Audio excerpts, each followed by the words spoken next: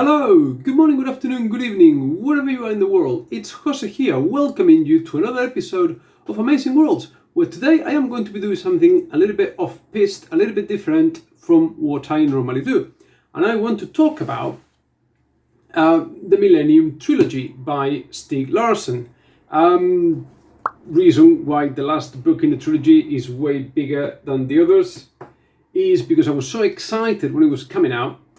This is an airport edition, the ones that come a little bit before. So I was taking a flight at one point from between the UK and Spain, and I found it and I couldn't wait.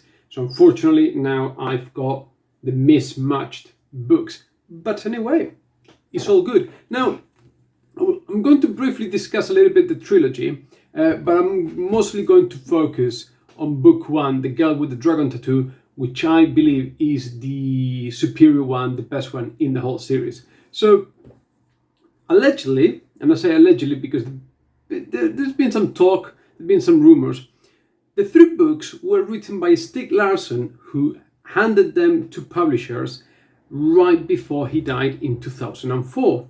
And the books were published in 2005, 2006, and 2007, respectively. In Sweden first, nationality of Stieg Larsson, and then in the rest of the world.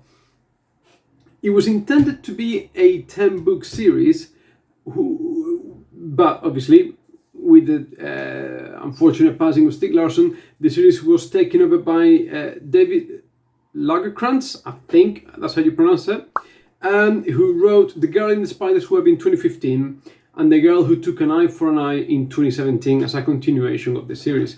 I mean, overall, as a whole, the series has sold more than 80 million books worldwide. These are the kind of books that my mum read, my dad read, they passed them on to me. I even believe my grandma read as well. It's the kind of book everyone was reading, Girl with the Dragon Tattoo. And then you had the original Swedish movie adaptations that I remember going to the cinema to watch with subtitles in English, which is where we kind of got to know Noomi Rapace as an actress worldwide. And then we had that remake of the first movie with Daniel Craig in as the main character. So, what are these books about? The story, Girl with the Dragon Tattoo, starts with Michael Blomqvist being a journalist for a magazine in Sweden who makes some claims and covers something about the biggest industrial boss powerhouse of Sweden. He makes some claims that will paint him in a bad light, but he cannot uphold his sources in court, so he is sued. The whole magazine is sued for libel, and he has to abandon the job. To his rescue, and potentially offering him in exchange documents that will help and support his case, steps in the owner of another large Swedish corporation falling on slightly hard times. It's still like a big family-run business, who asks Michael to move to his village somewhere north in Sweden, work a case for him, and upon success he will help him out with his case, whatever. So Michael moves over there, and then the story is very much a murder mystery, basically. It is a whodunit.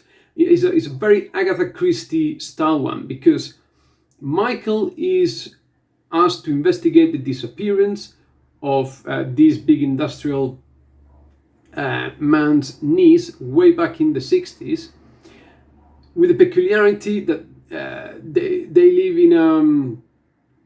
in a mansion that is only connected to the mainland by a bridge, but it just so happens that afternoon there was an accident cutting off the mansion from the main town, and so on. So it's classic Agatha Christie It's a closed environment with no outside interaction. So the murderer or the culprit of the disappearance of the girl must be one of the people that Michael is interviewing, and so on.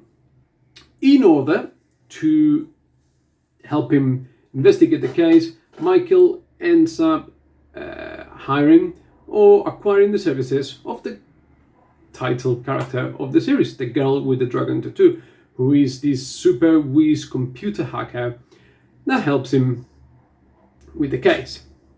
Now, that's the book. It's an absolute page turner. It's a fantastic thriller. This one won the Crime Thriller of the Year 2009 by the British Book Awards, and I couldn't put it down. This is the sort of book you gotta read. And then with the next two, we still follow Michael and the girl with the dragon tattoo. I think there's a slight dip in quality there. The story kind of moves on, the plot widens, and we enter into a bigger conspiracy there. So you read them because you like the characters, and I suppose that's a good thing. But certainly the allure and the mystery of the first novel is unmatched in some secret novels, and I'm not interested in the follow-ups done by this other author. Nothing personal. For me, this trilogy works as a standalone. It reaches a satisfying conclusion, and I'm no more interested in these stories. Now, it's brilliant, and it kind of launched its own genre sort of thing in the UK. When I used to live there, bookshops will have a whole section on Swedish crime. Swedish crime became the new thing. Joe Nesbo being another much favoured author in the Isles. Now, you could stay at surface level. The novel works really well because you could stay at surface level with the murder mystery. By itself, it is great. But there are some really deep and harrowing themes underlying the novel that at the time open up my eyes to aspects of society. So the book deals a lot with issues of misogyny, outright misogyny, where it almost feels like abuse towards women is normalized in society. It also, much to its original core Swedish audience, it puts the mirror to the face and forces them to deal with their past as an ally of the Nazi regime. So there's that background theme going on there. But to me as well, one of the things that kind of shocked me was the normalization in the books of the breakdown of traditional family values, which is something I had never encountered before in literature. Yes, obviously I've read about affairs and all that kind of stuff, but this was the first novel that really showed two people willingly entering into an open marriage where the husband is a bit of a cock and he doesn't mind his wife sleeping with another man because, I don't know, they can detach themselves emotionally from that.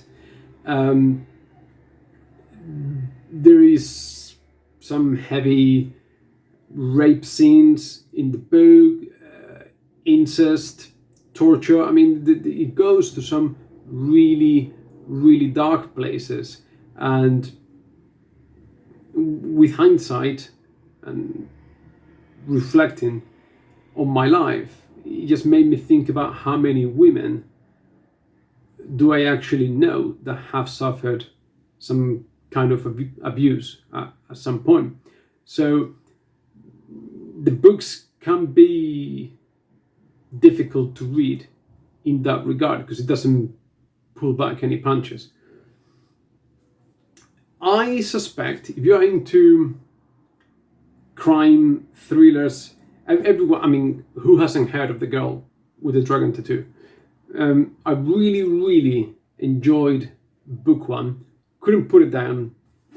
And even though the other two weren't as good, I couldn't put them down either. Absolute page turner, like literally Wikipedia page turner, that would be there. It's unparalleled. It is not my kind of genre. I've read some of the thrillers, and some of them seem to be cookie cutter type thing, that there's no great literary value there.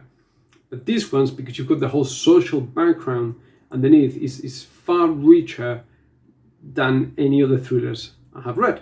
So that is my review. That is my take on the original trilogy of The Girl with the Dragon Tattoo by Stieg Larsson.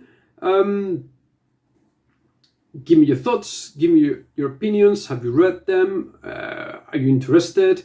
Is this something that intrigues you? If you haven't done so, please let me know in the comments below. Thank you very much to my new subscribers. Thank you everyone for watching. I found out that 90% of my viewers are not subscribers. So what's going on, people? Come on, hit that button. Let's engage in conversation. Thank you once again. Please take lots and lots of care, and I'll see you next time. Bye.